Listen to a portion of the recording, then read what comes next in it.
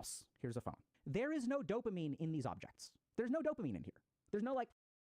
Okay. Psychiatrist explains why life isn't fun. Anhedonia.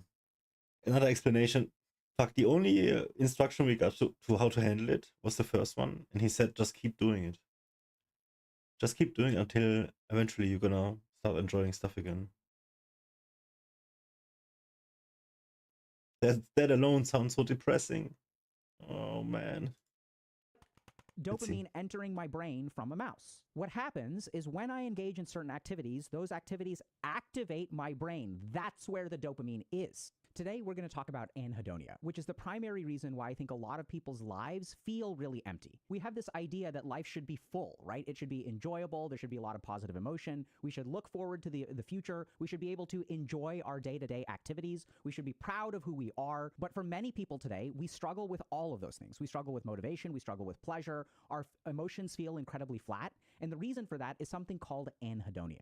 I know it sounds almost like too unbelievable, right? Is there one concept or one thing going on in our brain that is responsible for all of these problems? This is a paper called Understanding Anhedonia, a qualitative study exploring loss of interest and pleasure in adolescent depression. So what we're going to do is just jump straight to like what anhedonia actually is and how it manifests. And this is what we're going to talk about today. So adolescent's experience of anhedonia involves experiencing a loss of joy and a flattening of emotion, struggling with motivation and active engagement, losing a sense of connection and belonging, and questioning sense of self, purpose, and the bigger picture. So feeling less positive emotion. Check. Feels bad, man. And experiencing a cycle of boredom, feeling dampened emotions, feeling unmotivated but maintaining long-term aspirations, right? You want to achieve all these things, but you're completely unmotivated to actually do them. Feeling unable to gain momentum or engage in effortful activities. Like, wow, everything is a slog, right? Like, it's so hard to gain momentum. Every day when I wake up, it's so hard to like motivate myself. And then even if I manage to motivate myself today, tomorrow it's a slog again. Feeling disconnected from others, feeling detached from the present reality, reflecting on feelings, identity, and purpose, losing a sense of purpose, reflecting on experiences and how they view themselves, figuring out experiences or living with uncertainty, experiencing a lack of agency and a narrowing perspective. So lack of agency means not having control in life. So like, I know it's insane, but this is a paper that describes what anhedonia feels like subjectively. And the wild thing about this is that anhedonia is the cause of all of these problems. Because right now in society, we have a fundamental problem. Our dopamine structure has been altered. And with these alterations of our dopamine structure, this is the result. So in order to understand how to correct this, because you can actually fix all of these problems if you address the underlying cause, which is the anhedonic brain, okay? So okay, I'm all ears here. Let's take a step back and start to understand, you know, where does this concept of anhedonia come from? How did we discover it? Anhedonia was first discovered in schizophrenia. So what like these old like people like Freud and people in like the 1800s and 1900s discovered that people who suffered from schizophrenia were incredibly unmotivated. So even though we can stop their hallucinations and delusions and paranoia, so we have a lot of good medications that do that. These are things called antipsychotic medications. Even though we can stop the hallucinations, for some reason people with schizophrenia just don't seem motivated. So even if we can stop their hallucinations, they quit their jobs, they're not able to engage in work, they don't seem ambitious at all, they kind of just exist from day to day. These are called negative symptoms of schizophrenia, and a primary negative symptom of schizophrenia is anhedonia. The other place that we discovered anhedonia was in major depressive disorder. So we noticed that when people were depressed, they no longer derived pleasure from activities that they used to find pleasurable. So life for people who are depressed just is in shades of gray, right? Like they just don't enjoy doing things anymore. So eating doesn't feel good, playing games doesn't feel good, going to work doesn't feel good. Literally their brain's capacity to experience or derive pleasure from activities became diminished. So we sort of noticed that anhedonia existed in schizophrenia. We noticed that it existed in major depressive disorder. And as we investigated these two disorders, we noticed that this is actually a common construct. So originally it was like amotivation in schizophrenia, but that all of these circuits are related. And what we discovered when we sort of studied schizophrenics is we asked them, why don't you feel like doing anything? And the answer that we sort of ended up with is whenever I pause, okay? They no longer experience any pleasure from them. And so this is what anhedonia is. It is the inability to experience pleasure, which results in a motivational problem. And so this is kind of what we're talking about today, okay? Hey y'all, if you're enjoying today's video. Okay. Are you enjoying streaming? I don't enjoy anything right now. I do use streaming as a self-therapy and as a journal, and maybe finding like-minded people talking about the same topics. I do enjoy connecting with people from the safety of my own home, and that's, I guess, what I enjoy about it, right? But currently there's just no drive for anything. I was pretty good up until last year summer. And then I got into a relationship, and then drama happened, and ever since then I got back into somewhat of a depression, and this is lasting for a while now. But I'm currently like just dealing with the depression and the heartbreak, and everything seems so stupid. What time is it there? It is like almost 9 p.m. now. I'm very tired, actually. The day was very long. But do I enjoy streaming? I think yes. Right. Otherwise, there would not be a way for me to try and share and gather information. I do like helping people who maybe are in the same boat. And I do know that the topics that we're talking about, especially in the last week, are not being talked about enough, I believe. Get good night's sleep when you can. I sleep like 8 hours every day for sure. But yeah, so the more I dive into the topic of what actually is the underlying cause and trying to help myself understand myself and stuff, the more I, brush against these topics. And one of these terms was ANHEDONIA, and ANHEDONIA just matches really well. And it's super easy to cancel if you find that it's not a great value. So check us out at HealthyGamerGG/members. Now back to the video. So let's look at this. Anhedonia and trauma-exposed individuals, functional connectivity and decision-making correlates. So anhedonia also has to do a lot with our decision-making. So there is also a growing literature indicating that anhedonia symptoms and reward processing deficits are outcomes of traumatic stress among individuals who do not meet criteria for PTSD. So what we're starting to discover, childhood trauma is associated with elevated anhedonia and altered core reward circuitry in major depression patients and controls. So we used to think anhedonia was restricted to people who had mood disorders or people who had schizophrenia, right? So most of us dodge the bullet. But there is a growing body of research that suggests that anhedonia is possible if you're a quote-unquote healthy control who experienced adversity in childhood, like that's super scary. If you've gone through traumatic or difficult experiences, and even if you don't have PTSD, it can alter your brain to make your brain more anhedonic. So this is actually what we're seeing so much. Yesterday we learned that I'm suffering from CPTSD, or that I was a very big candidate for all of my life. And I cured myself, I guess, the best I could with, by myself and within the internet the past few years. But all of the work I did was just scratching the surface. And it already helped a lot. But now we're getting, way deeper and trying to understand more. But fuck. Anhedonia and PTSD, CPTSD, it all goes together. I guess I'm one. Watch out, we'll get to technology in a second because that certainly doesn't help. But this is kind of what I'm seeing. Is like when After I look all, on the it's internet, symptom. what I see is two groups of people. There's a group of people who seems to enjoy life. And it seems like so unfair because they have it all. They work hard, they make a lot of money, they have fulfilling relationships, and they work out, and they develop creative, pursuits, right? They're, learning how to play the fucking violin, right, at the age of 35. And I remember there was a guy in my med school who was like this. So I had a friend in med school who was just better than me in every single way. So he had better grades than me, ended up doing neuroradiology, which is insane. We both played games, so he was a gamer, but he was better than me at video games. He was a workout warrior. He ate incredibly healthy. He was a good looking dude. He was very social as well. And I was like, this is not fair. This guy is better than me in every single dimension. Because he had better parents, this is what I used to and be, better right? childhood. Which are people who struggle every day to be motivated. They struggle every day. They don't even enjoy the things that they should be enjoying. I'm procrastinating all the time. I'm not doing any of my work because I'm not motivated at all. But even when I procrastinate, it's not like I'm living the life of my dreams. And this seems so unfair, yeah, sounds right? like It's me so right unfair now. that some people seem to have it all, and some of us struggle to do the bare minimum. I do like the bare minimum at work. The difference is anhedonia. For the And people zero who have like it all, extra this is what I growth. want y'all to understand. Their brain naturally motivates them to work out, to learn creative pursuits, to even enjoy video games, to study. It motivates them very naturally. They derive more pleasure from all of these activities. And if you're someone who's always wondered, like, why can't I grind in real life the way that I grind in a video game? The reason is anhedonia. If you fix your anhedonic circuitry, your ability to derive pleasure and motivate yourself towards Please help me fix IRL it. stuff will drastically improve. And we're going to show you research to that effect. So, like, remember, anhedonia was discovered like 100 years ago, right?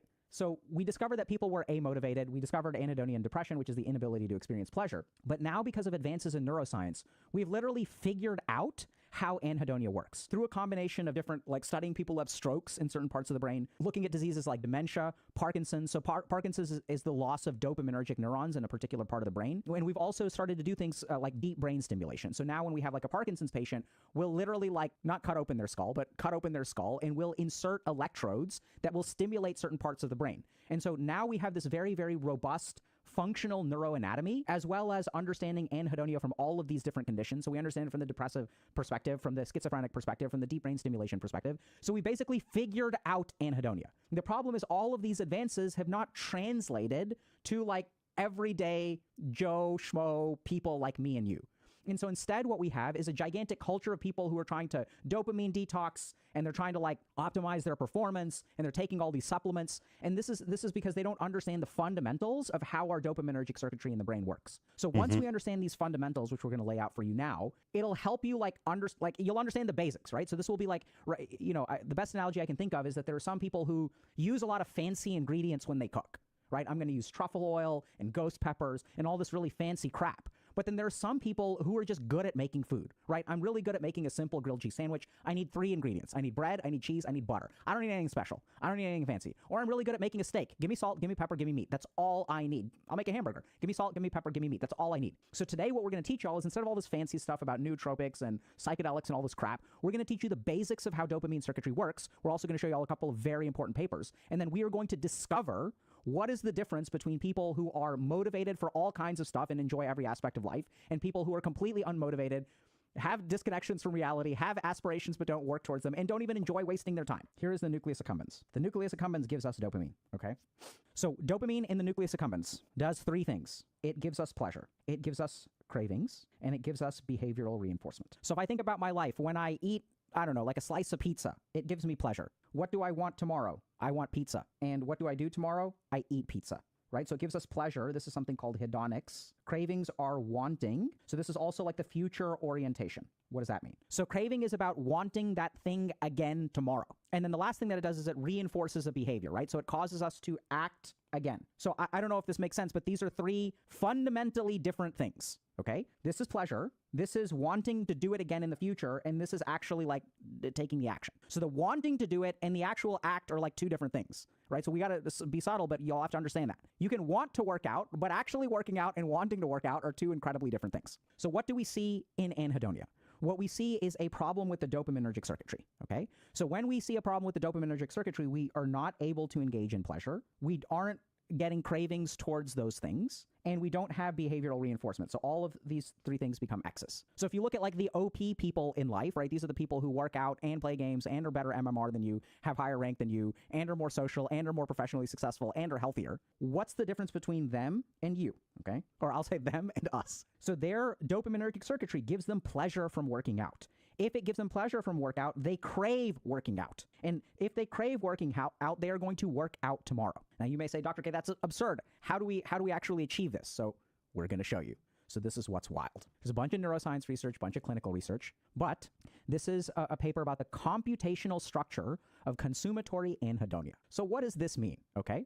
What processes determine how intensely reward is experienced? Okay. I want y'all to understand what I'm about to show you because it's going to blow your fucking mind. See, we think that certain activities are pleasurable, right? We look at things like technology, video games, porn, drugs, whatever, and we say this thing contains more pleasure than another thing like exercising. There is an intrinsic amount of pleasure in these activities. This is false. So I don't know if this makes sense. Bear with me. Here's a mouse. Here's a phone. There is no dopamine in these objects. There's no dopamine in here. There's no like, dopamine entering my brain from a mouse. What happens is when I engage in certain activities, those activities activate my brain. That's where the dopamine is. And what we know from studies on deep brain stimulation and schizophrenia and depression and Huntington's disease and Parkinson's disease, right? Because each of these diseases gives us a different understanding of the engine of dopamine. Okay, this is where the oil goes, this is where the gas goes, this is where the pistons are, this is where the combustion happens. We figured out what all the pieces are. And the cool thing that we discovered is that the dopamine reward that you get is determined by the brain, not by the activity. And I know that sounds insane, but let's remember there are the OP people and the rest of us. And how are the OP people so OP?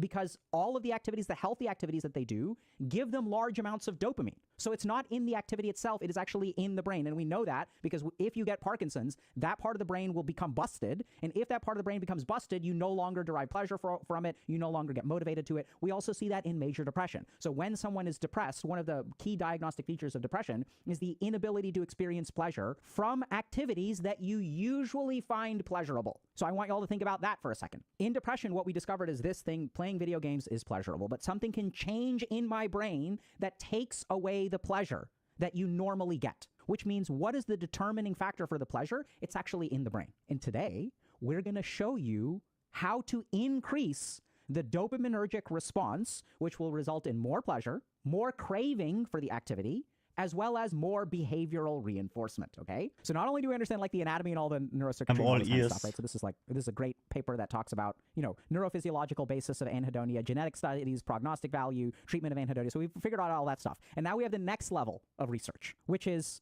what processes determine how intensely a reward is experienced. What that means is that what determines how much dopamine you get from an activity. I don't understand too much of this paper, right? So it's quite complex, but then they did this. Like, I don't even know what this means. But this is the level of dopaminergic theory, because this is an opinion, it's a hypothetical paper, but it's based on good data, okay? So we can like calculate, like I don't know what this is, like, but we can literally like calculate, or we have some equations that calculate the amount of dopamine that we get from things. But we don't need to understand that because this is where the money is. A new model of subjective hedonic experience. So this is what I want y'all to pay attention to, and I'll explain this in my own way.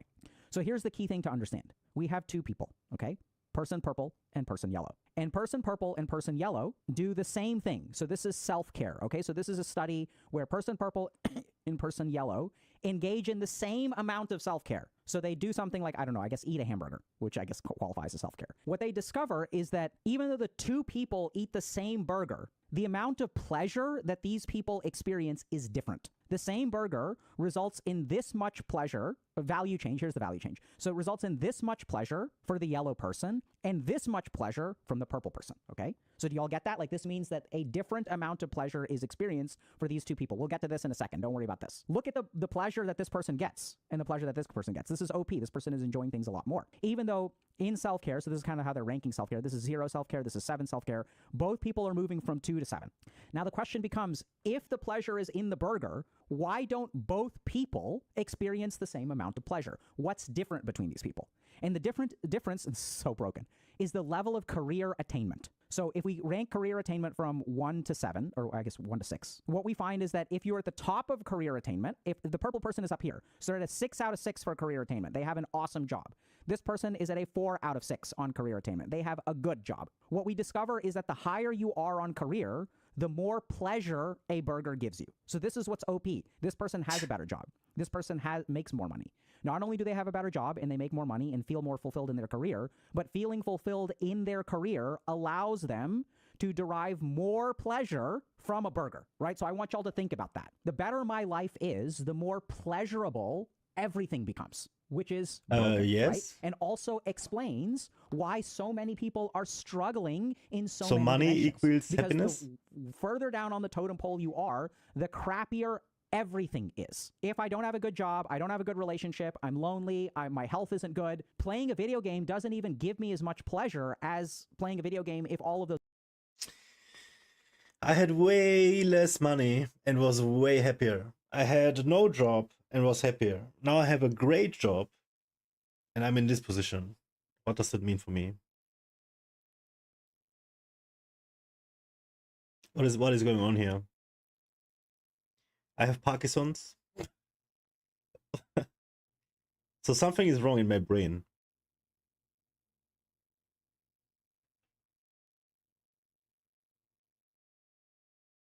Okay. Please continue. Those other things were fixed. People experience all of these things together. A flattening of emotion, struggling with motivation, a losing a sense of self and connection and belonging, and questioning sense of self-purpose in the bigger picture. All of that comes together. So now what I'm going to do, I know it's insane, but now we're going to understand why this happens. And once we understand why it happens, then we're going to understand immediately how to fix it. So here's what the brain does. So our brain says, I have health. This is important to me. I want to have fun and I have a career. Let's say we've got 3 dimensions, right? So in this paper, we saw 2, remember? This has 2 dimensions, the career dimension and the self-care dimension. So let's say that I have a scale of 1 to 10 in each of these things. So let's say that I am at a 1 out of health. I'm at a 1 out of fun and 1 out of career. And this goes up to 10. So this is how our brain literally calculates the level of experience, the level of pleasure we get. So it says we're at a 1 out of 10 for each of these things. This means our total score that we want to achieve is 30. We have a lot of progress that we need to make, right? So I have to move up 9 points in each of these. So I am at 3 out of 30, which means that I need to do 27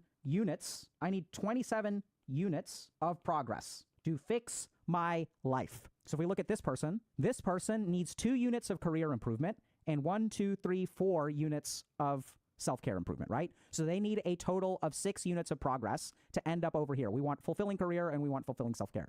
This person, by contrast, is already maxed out on career and they just need 4 units. Okay? Does that kind of make sense? So what this means, so I want y'all to think about this. So if I need 27 units of progress and I go to the gym, which is +1, what this means is now I'm at 4 out of 30 and I need 26 units of progress. So how much have I gone up? I have gone up by, let's say, about 3%.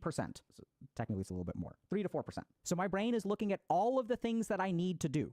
And as I make one step of progress, literally what it does is it looks at the total amount of work that has been accomplished. And what it does is gives me a commensurate amount of dopamine. So if I need to do 27 units of progress and I make 1 unit of progress +1, it gives me 1/27th of dopamine because it's like, hey, bro, we're not done. We have so much left to do. So I'm going to just give you a tiny reward for a tiny amount of progress. So in your life, I want y'all to imagine that you're in a class. When do you derive the most pleasure from being in a class? So at the beginning of the semester, you've got 3 tests and a final. When you finish the first test, you get some pleasure. Hey, that test is over. But you've still got these other things looming in front of you. When you finish walk the final, out of the final, how do you feel? You're done. You're finished. Hell yeah, son. Let's fucking go. Let's celebrate. Let's party. But if you look at it, taking that final is, let's say, 2 hours of work. You've done 200 hours of work over the semester. Why is it that the first 2 hours, I studied for 2 hours the first week of class? Was I like, hell yeah, let's go, pumped, yeah, I studied for 2 hours, I've 198, time to fucking go, son? No, of course not. You don't experience a ton of pleasure. In fact, the opposite. Oh my God, I just did 2 hours of work. I have 198 hours of work left. The pleasure is not from the work that you do. It's not from the activity.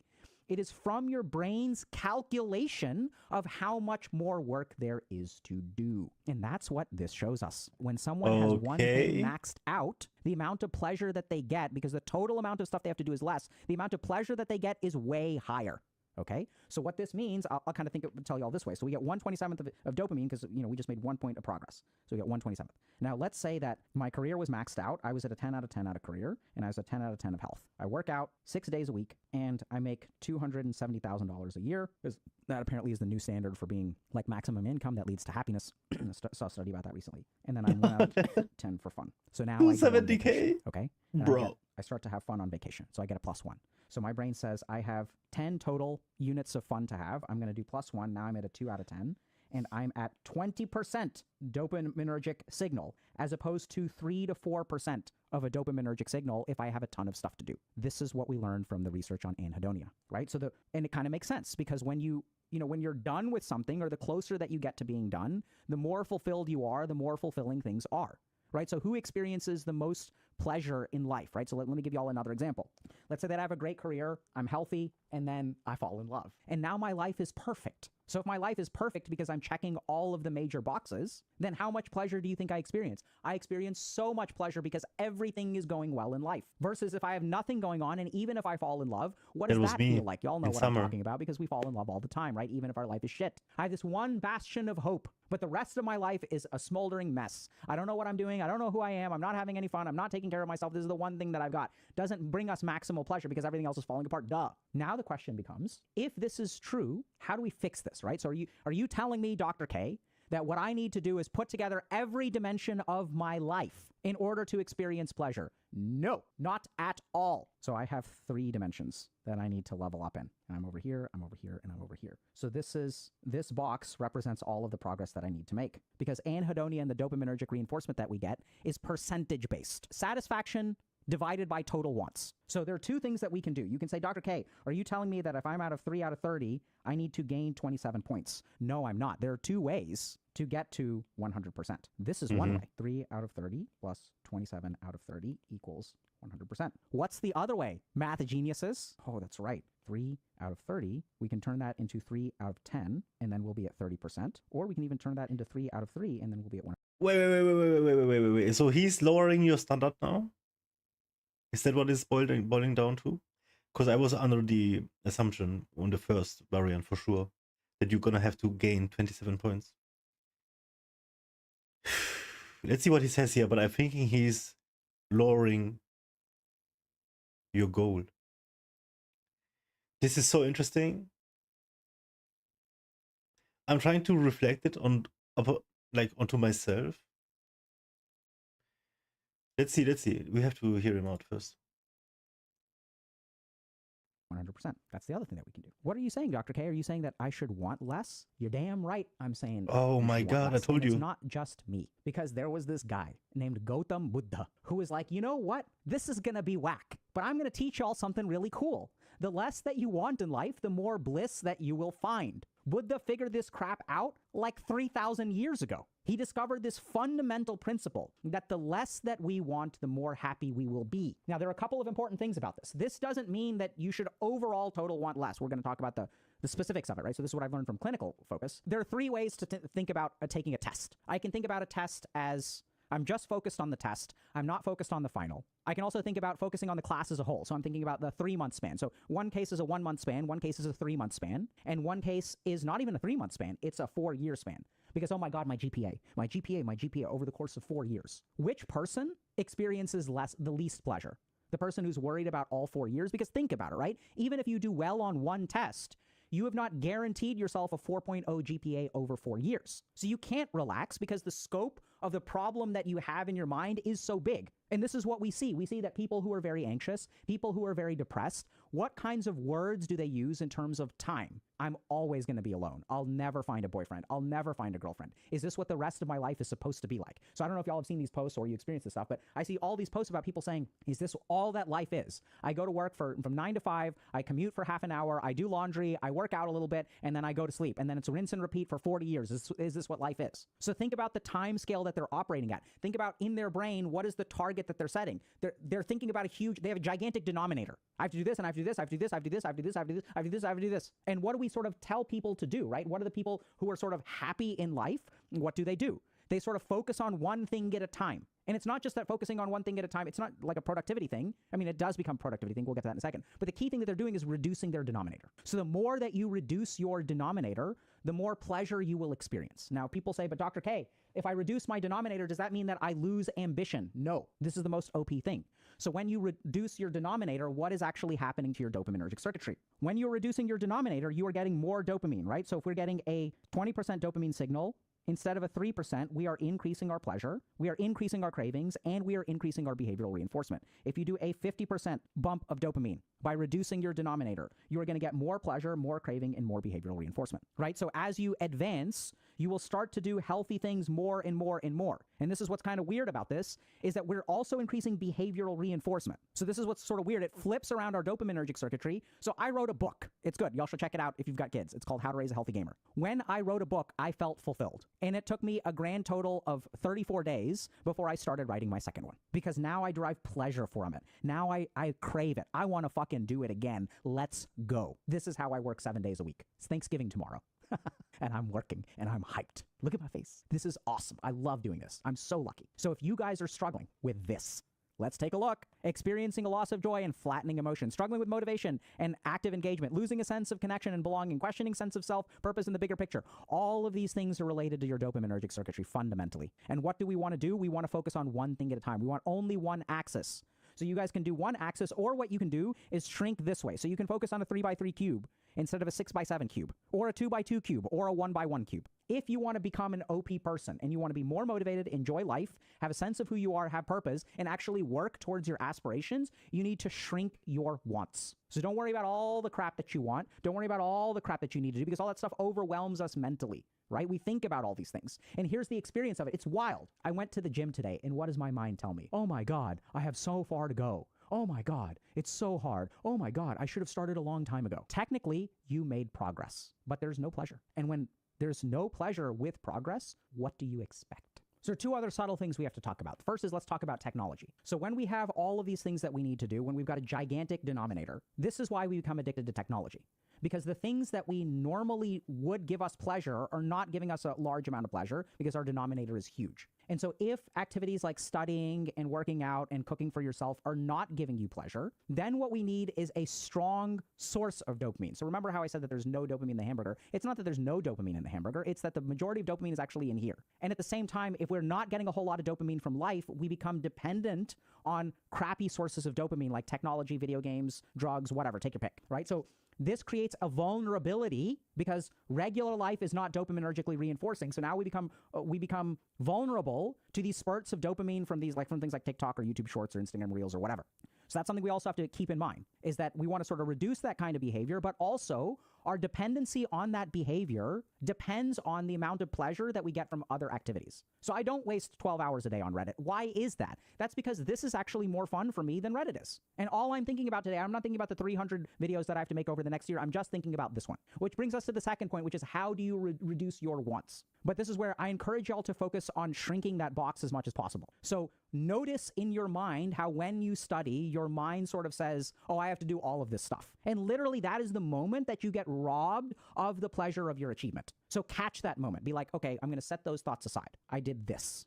This is what I'm going to focus on, right? And if there's a ton of stuff that you're missing in life, let it go. Don't worry about a relationship right now. Focus on one thing at a time, right? So this is all, we've already figured these answers out, but we haven't understood how it works or why it works. And what I want y'all to understand is when I'm telling you to focus on one thing at a time or reduce your desires as much as possible, it's like, oh, Dr. K, we've tried that. Well, this is what I want y'all to understand now. Here's what I hope is different. I want y'all to understand what the price of that is. When I have all of these unfulfilled desires, it makes it very difficult for me to progress in any of them. And so as you think about all of these wild ambitions you have, tone it down, tone it down, tone it down, tone it down. Catch your thoughts of ambition and I want this and I want this and I want this and I want this. No, tone it down. Shrink the box as much as possible. And as you shrink the box, your pleasure will increase. And don't worry about ambition. The ambition will come, right? As you get that behavioral reinforcement and you get that pleasurable activity, you will crave more of the action. That is the switch that you need to flip. Hey, y'all. Hope you enjoyed today's video. We talk about a bunch of topics like this on the channel, so be sure to subscribe for more. If you're already subscribed, GG, and we'll see you in chat. Wow, that was a really, really good video. Another good one by HealthyGamerGG. Unbelievable. It makes a lot of sense. If I put value, numbers, onto the things that happened in my life, onto what gives me how much pleasure, how much dopamine, I know exactly now.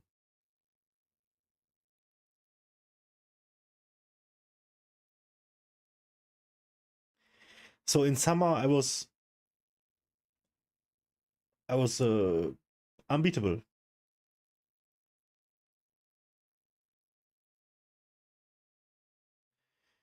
Because even though I didn't have much, and specifically because I didn't have much, I did, however, have the goals.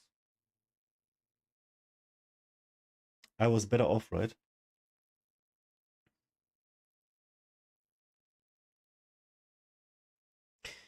And it's true. It's because right now I started doing so many things at once. It was like 2025.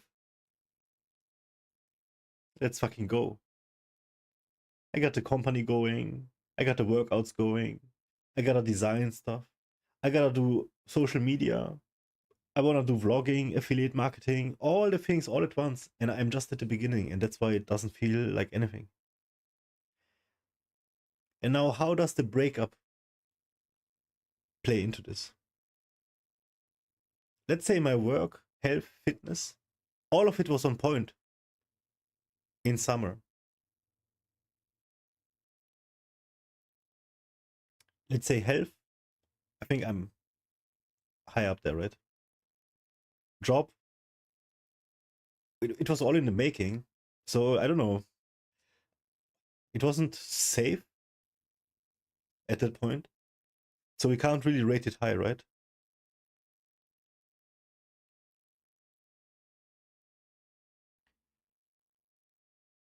But all of these things aside, I was in love. And that woman, she carried everything. Her score was infinite. So no matter what I did, I was happy. No matter what I did, it didn't matter. So now having lost her, I'm back to start.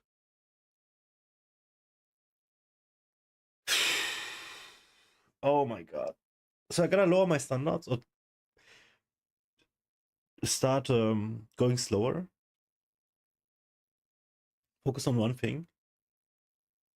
Or just small steps. Like Stark Darkness says, I set myself little goals. Yo, are you still here, man?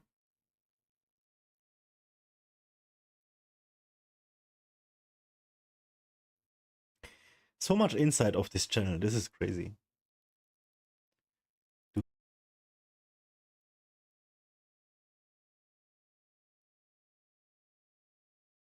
I can't even make a plan instantly because there is like so many. I have so many thoughts now. But I know one thing is that we're gonna get to there. We're gonna get to the plan, and it's gonna work out. I know it.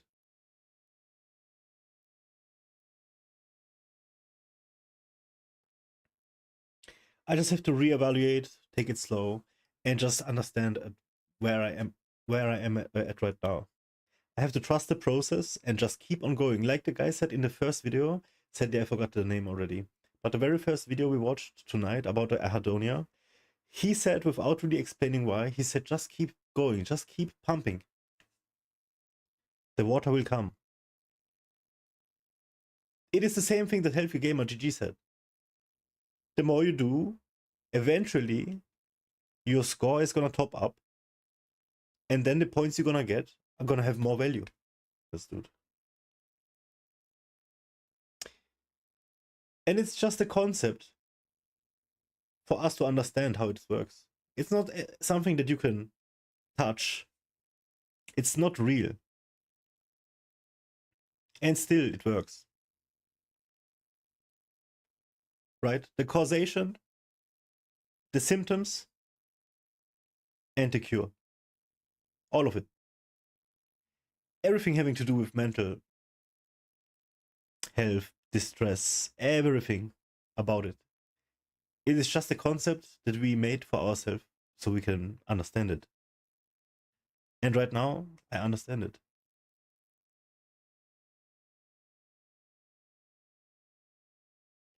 The reason why I can't get out of bed and don't have any motivation must have to do with the fact that I see myself at the beginning again. And it's true. I'm at the beginning again. Basically, I'm starting over. Absolutely. Abso-effing-lutely. I'm gonna let that sink.